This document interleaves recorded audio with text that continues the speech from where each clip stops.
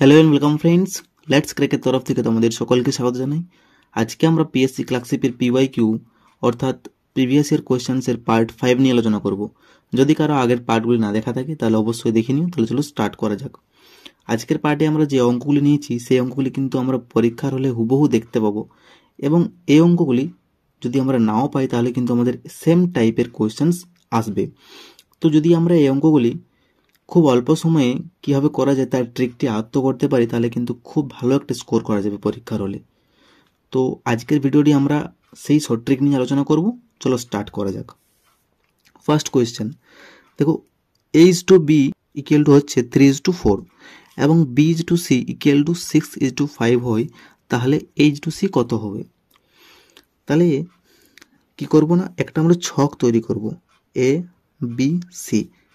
যদি কারো এই ট্রিকটি না জানা থাকে তাহলে কিন্তু আমার ভিডিও রয়েছে, সেখানে দেখে নিতে পারো।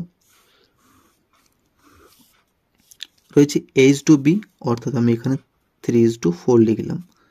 পরের লাইনে দেওয়া রয়েছে B/C অর্থাৎ 6:5, তাহলে এখানে আমি 6:5 লিখতে পারি।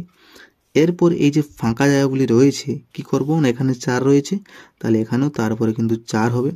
এখানে 6 রয়েছে তাহলে তার আগে কী হবে, নিশ্চয়ই 6 হবে। তাহলে কি হচ্ছে, এখানে 6×3 হলো 18, 6×4 হলো 24, আর 5×4 হলো 20। একে যদি আমরা একটু লঘিষ্ঠ আকারে পরিণত করি তাহলে কিন্তু করা যাবে। দেখো 2×9 হলো 18, 2×12 24 এবং 2×10 20। তাহলে এই তিনটি আমি পেয়ে গেলাম H/B, H/C এর মান। কিন্তু আমাদের কি চেয়েছে না, H/C কত হবে। তাহলে H/C কত হবে বলেছে, A সমান পেলাম 9, C সমান পেলাম 10, তাহলে 9:10 হচ্ছে আমাদের অ্যান্সার। তাহলে option B is the correct answer. বোঝা গেছে? পরের কোয়েশ্চেনে চলে যাই। সেকেন্ড কোয়েশ্চেন, 180 টাকায় একটি জিনিস বিক্রি করলে 10% ক্ষতি হলো, কত টাকায় ওই জিনিসটি বিক্রি করলে 10% লাভ হবে? তাহলে দেখো কীভাবে করব। একটা সূত্র রয়েছে, সূত্রটি হলো SP equal to CP into 100। যদি প্লাস হয় তাহলে এখানে লাভ হবে, আর যদি এখানে মাইনাস হয় তাহলে সেই সংখ্যাটা হবে যেটি আমাদের দেওয়া থাকবে, যে 10% ক্ষতি হলো, বা যে কোনো একটা সংখ্যা দেওয়া থাকবে। 20% ক্ষতি হলে মাইনাস হবে, এমনি হলে প্লাস, প্রফিট হলে। নিচে হলো 100। এই সূত্রটি কিন্তু আমরা কি করব না, অ্যাপ্লাই করব। এখানে কিন্তু দুবার অ্যাপ্লাই হবে। এইখান পর্যন্ত আমাদের একটি অঙ্ক করতে হবে, আর এইখান থেকে এইখান পর্যন্ত একটি অঙ্ক হবে। কীভাবে করব দেখে নেওয়া যাক। এখানে বলে রাখি যে SP মানে হচ্ছে সেলিং প্রাইস মানে বিক্রয় মূল্য, এবং CP মানে হচ্ছে কস্ট প্রাইস বা ক্রয় মূল্য। বোঝা গেছে? তাহলে 180 টাকায় একটি জিনিস বিক্রি করলে বলেছে, তাহলে 180 SP জায়গায়। CP তো বের করতে হবে, এখান থেকে CP বের করে নেব। এখানে বলেছে 10% ক্ষতি হবে, তাহলে কি হচ্ছে 100 মাইনাস 10 হচ্ছে, নিচে হলো 100। তাহলে 180 ইকুয়াল টু হচ্ছে CP ইন্টু 90/100। তাহলে এই 0 কেটে গেল, হলো। এখানে কাটতে পারি 9×2 হলো 18, মানে শূন্যটা উপরে চলে গেল। তাহলে CP ইকুয়াল টু চলে এলো 20 ইন্টু 10, অর্থাৎ CP পেলাম আমি 200 টাকা। এখানে আমি ক্রয় মূল্য পেয়ে গেলাম। এরপর দেখো আমরা ক্রয় মূল্য পেয়ে গেছি, তাহলে কত টাকায় বলেছে এখন ওই জিনিসটি বিক্রি করলে 10% লাভ হবে। তাহলে পরের লাইনে বলেছি যে দুবার হবে অঙ্কটা, এই সূত্রটা আবার অ্যাপ্লাই হবে। এখানে আমি CP পেয়ে গেলাম, তাই আমাকে SP বের করতে হবে। CP মানে হচ্ছে 200 ইন্টু দিলাম, কি বলেছে 10% লাভ হবে, তাহলে 100 প্লাস 10 হবে এখানে, নিচে হলো 100, তাই না? তাহলে 200 ইন্টু হচ্ছে 110/100, তাহলে 102 হলো 200, তাহলে 2 ইন্টু 110, তাহলে এখানে কি হচ্ছে না 220 টাকা হচ্ছে। তাহলে 220 কোথায় রয়েছে না, অপশান সিতে রয়েছে, তাহলে option C is the correct answer. বোঝা গেছে? দেখো পরের কোয়েশ্চেন চলে যাই।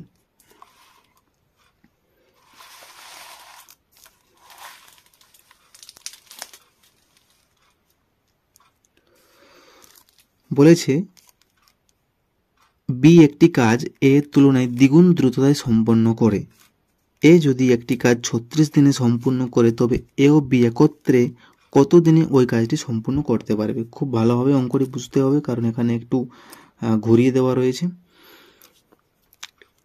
বি এ তুলনায় দ্বিগুণ দ্রুততায় সম্পন্ন কাজটি করে, অর্থাৎ যদি একটি কাজ এ যদি 10 দিনে করে তাহলে বি কিন্তু সেই কাজটি কি 5 দিনে শেষ করবে, কারণ দ্বিগুণ দ্রুততায় সম্পন্ন করা মানে সে স্পিডে করছে কাজটি।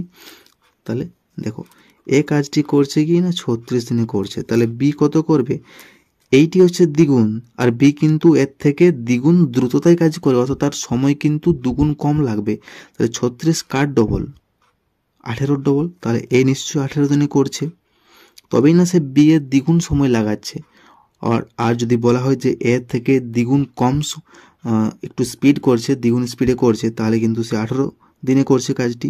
বোঝা গেছে আই থিঙ্ক। তাহলে এখানে কি করবো না, আমি এলসিএম নিয়ে নেব। 36 আর 18 যদি আমি এলসিএম নিই তাহলে হবে 36। তাহলে 36 একে হলো 36, 18 দুইয়ে হলো 36।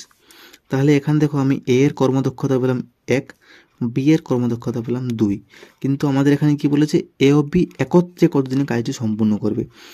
এই যে 36 এলসিএম পেলাম সেইটি হচ্ছে আমাদের টোটাল ওয়ার্ক, মোট কাজ কত হয়েছে না 36। আর এ ও বি একত্রের প্রফিসিয়েন্সি কত, অর্থাৎ কর্মদক্ষতা কত, এ প্লাস বি, এ এর মান পেয়েছি 1, বি এর মান পেয়েছি 2, তাহলে কত হচ্ছে 3। তাহলে এই 3 দিয়ে আমি 36টিকে কী করে দেবো না ভাগ করে দেবো। তাহলে যদি ভাগ করি তাহলে 12 দিন হচ্ছে, 12 দিনে 36, তাহলে 12 হচ্ছে আমাদের অ্যান্সার। 12 দিন।